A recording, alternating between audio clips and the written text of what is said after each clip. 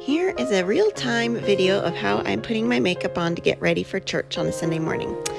I am trying out here some new brow product that my friend gave me. It's a brow mascara by I think Maybelline, and overall I really like it because it's just a one step.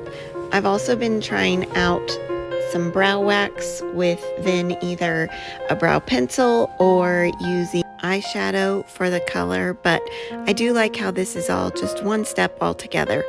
It is a new product, so I'm still experimenting with it a little bit, and sometimes I get too much going on there.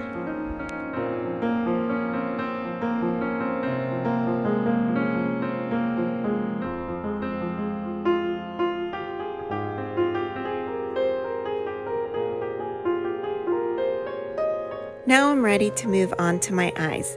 I don't own an eyeshadow primer right now, so I am just using one of my highlights as my primer.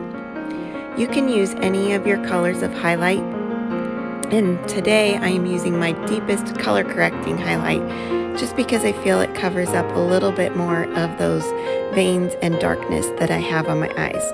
But sometimes I like a brighter look and will use the brightening highlight instead. Next, I am going to go and do my eyeshadow. First, I am getting my lighter color, and I'm going to just do a wash of that all over both eyelids.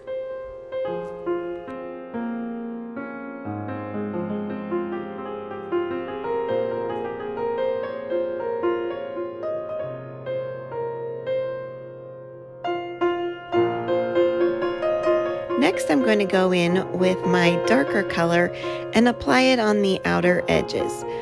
If you have slightly hooded eyes, it is always a good idea to make sure that you open your eyes and apply the eyeshadow just above the crease, because if you put it just in that crease, you won't actually be able to see that darker color. So keep those eyes open and place it where you want.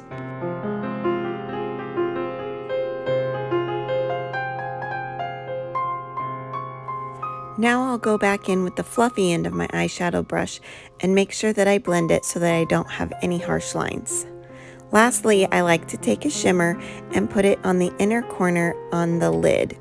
It's best to put this on with your finger as it really gives you that shimmer pop. If you don't want such a bold look, you can apply it with the eyeshadow brush. Once again, don't forget to give it a little bit of a blend. And that's it for the eyes. Now it's time to move on to my main face.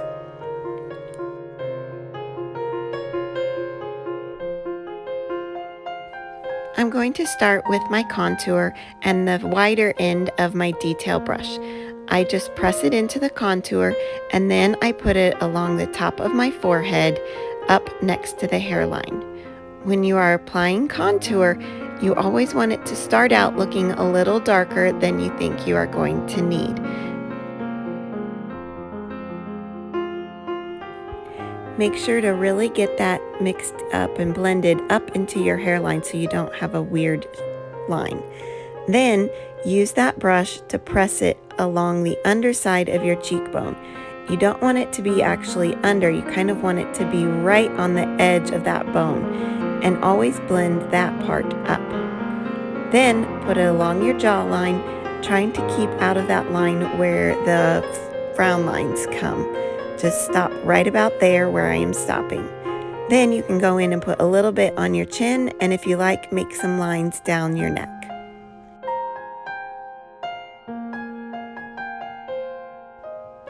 If you are going to do a nose contour, a very fast and easy way is to use your fingers.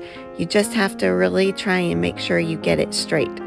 This is something I am still working on. Then put a little under your lip to make sure that you have that full pouty looking lower lip.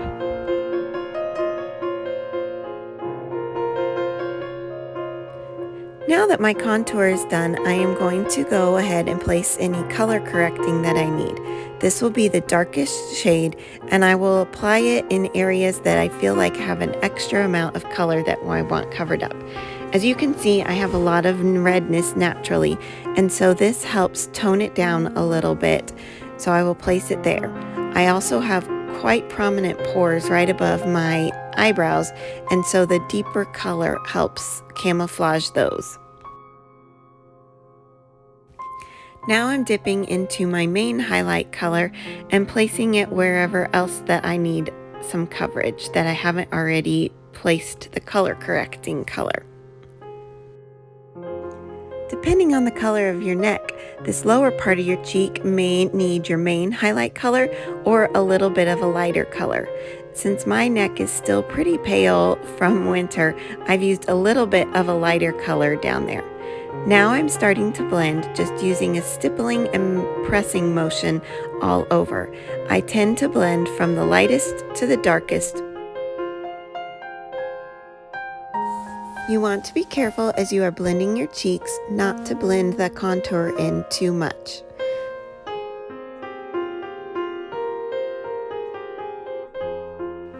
Now I am going to apply my brightening highlight, which is the lightest of the highlight colors. I put some down my nose, in the center of my forehead, and then you can also put a little on your upper lip and your chin if you like. Then blend. You could also put the lightening highlight underneath your eyes and in the corners of your eyes for a little bit of a brightening effect there. However, today I'm going to be wearing Demi, so I have not done that. One tip I have learned for using Demi color correctors is to do them after you have already done the rest of your makeup, particularly in that under eye area, because a lot of times you won't need nearly as much as you would think you would when you don't have the rest of your makeup done. I am using the Demi spot brush to apply just a little bit right exactly in the areas that I want. So I use the small end to make sure it's just on the dark areas, and then I use the fluffy end to blend it together. As you can see here, once I have that done with all the colors on, you can definitely tell a difference.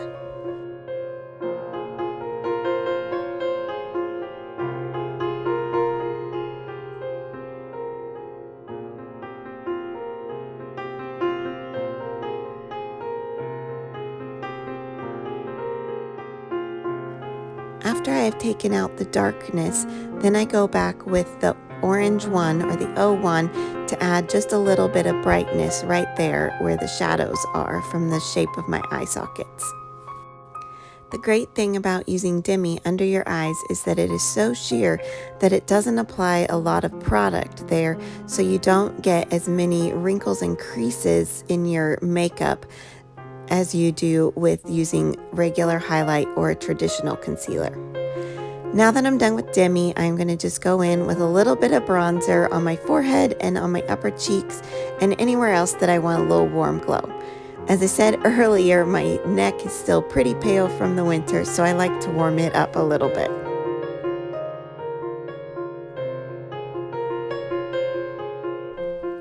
Lastly, I'm going to do a little bit of my lip and cheek on my cheeks here, and then I will blend it in.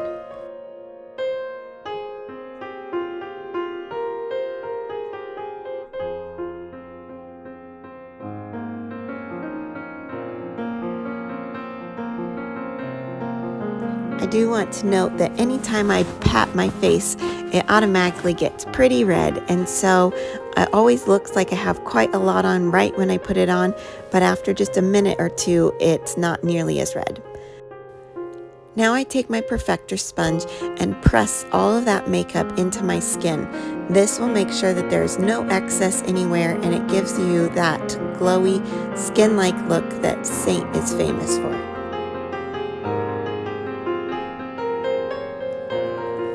Now it's time for a little bit of setting spray to make sure that it stays on all day.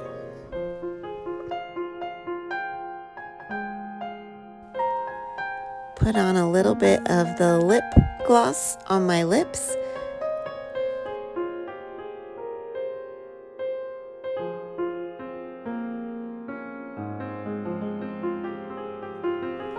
And lastly, I'm finishing it off with a little bit of the illuminator on the tops of my cheekbones.